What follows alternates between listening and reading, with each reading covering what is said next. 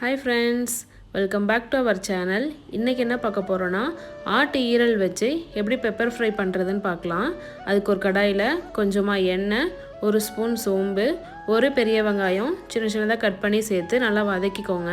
நல்லா golden colour வதங்கினோடனே ஒரு spoon இஞ்சி பூண்டு பேஸ்ட் போட்டு அதை நல்லா வதக்கிக்கோங்க. இஞ்சி பூண்டோட பச்சை வாசனை போனதுக்கப்புறம் 2 பச்சை மிளகாய் கீரி போட்டு நல்லா மிக்ஸ் பண்ணிக்கோங்க. மிக்ஸ் பண்ணிட்டு இப்போ நான் 1/2 kg ஈரலும் சுவரொட்டியும் நான் க்ளீன் பண்ணி எடுத்து வச்சுருக்கேன். அது இதோட சேர்த்து நல்லா வதக்கிக்கோங்க. இதுக்கு தேவையான உப்பு போட்டு நல்லா வதக்கிட்டு 1/2 ஸ்பூன் மஞ்சத்தூள், 1/2 ஸ்பூன் கரம் மசாலா, 1/2 ஸ்பூன் வெறும் மிளகாத்தூள், 1 ஸ்பூன் மல்லித்தூள் போட்டு நல்லா மிக்ஸ் பண்ணிக்கோங்க. நல்லா மிக்ஸ் பண்ணிட்டு தண்ணி எதுவும் விட வேண்டாம். இப்போ தட்டு போட்டு மூடி ஒரு 10 மினிட்ஸ் நல்லா வேக வச்சுக்கோங்க.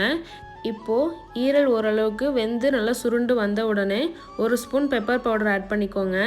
ஆட் பண்ணி நல்லா மிக்ஸ் பண்ணிக்கோங்க. மிக்ஸ் பண்ணிட்டு தண்ணி எதுவும் விட வேண்டாம். மறுபடியும் தட்டு போட்டு மூடி ஒரு 5 மினிட்ஸ் மட்டும் நல்லா வேக வச்சுக்கோங்க. ஒரு 5 மினிட்ஸ்க்கு அப்புறம் மறுபடியும் எடுத்து நல்லா மிக்ஸ் பண்ணிக்கோங்க. இப்போ அந்த தண்ணியெலாம் சுருண்டு நல்லா வெந்து வந்துருச்சு.